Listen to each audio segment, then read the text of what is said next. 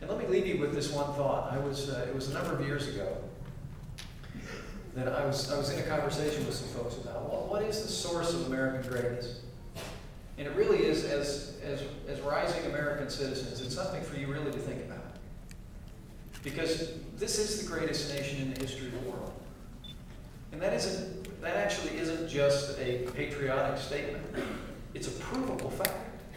This is the most powerful economy in the history of the world. It has created more wealth by many multiples of any nation in the history of the world. We have led the nation in technology, in culture, in military power, in finance for generations. And I think it's extremely important as you step into the role of being citizens in this country and leaders in this country here in Bluffton and across Indiana and in your careers that you think about, why is that? And I think there's three reasons to explain American greatness. I think it's our faith in God, it's our freedom, and it's our vast natural resources. I think when I study American history, it's the combination of those three things that has essentially split the atom in America and took us from a small agricultural colonial power on the edge of a new continent and turned us into the greatest, most powerful nation in the history of mankind. It's extraordinary. When you think about the progress that America made in 2 centuries, given the progress that humankind made in thousands of years, it's unexplainable other than something was different here. And I think it was our faith in God, our freedom, and our vast natural resources. Our faith in God, when we say that we're one nation under God, that's our national motto.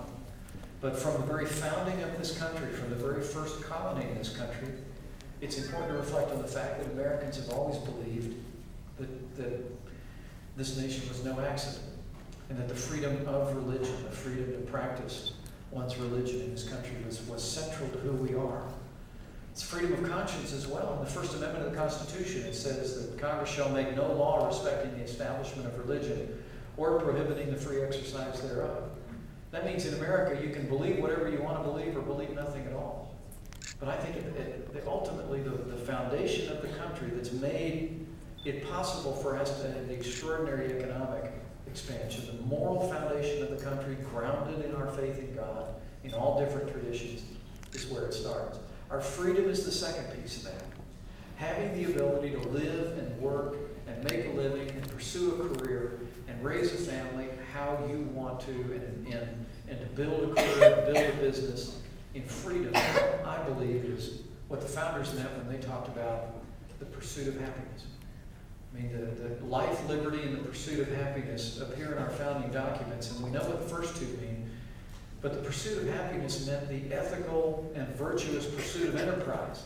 That's what it meant in the founding generation. And so having the freedom to live and to build businesses in the city and on the farm, I think, is an essential part of our success. But the last piece, and it's what made me think of it, Philip, is our vast natural resources. From the very founding of this country, in addition to our faith in God and our freedom, one generation after another understood that this incredibly bountiful land was a source of our nation's greatness. I mean, the frontiers and the mountains and Alaska and our coastlines, our ability to engage in commerce, the mineral resources that we have in this country, I think represent a source of our nation's greatness.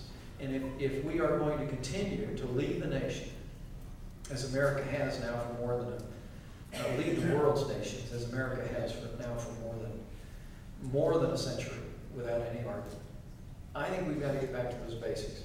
I think we've got to get back to understanding our faith in God as a foundational principle for us. That our freedom and preserving our freedom, particularly from encroachment by government mandates and taxes and burdens at every level, and giving access to our vast natural resources is going to be the way we pay that. And whatever role that I'm serving in, either in Washington, D.C. or somewhere else, I'm going to be building my vision for leadership on those principles as well. And make no mistake about it, guys. We face real challenges right now. But on that foundation that I just described, I have no doubt in my mind that the best days for Indiana and the best days for America are yet to come. And you all are going to live to see them and prosper. So help us God. Thanks much, guys.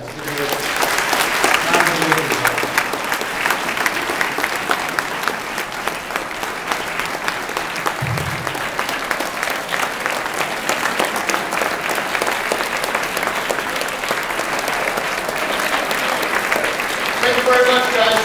I know that many of you would like to talk to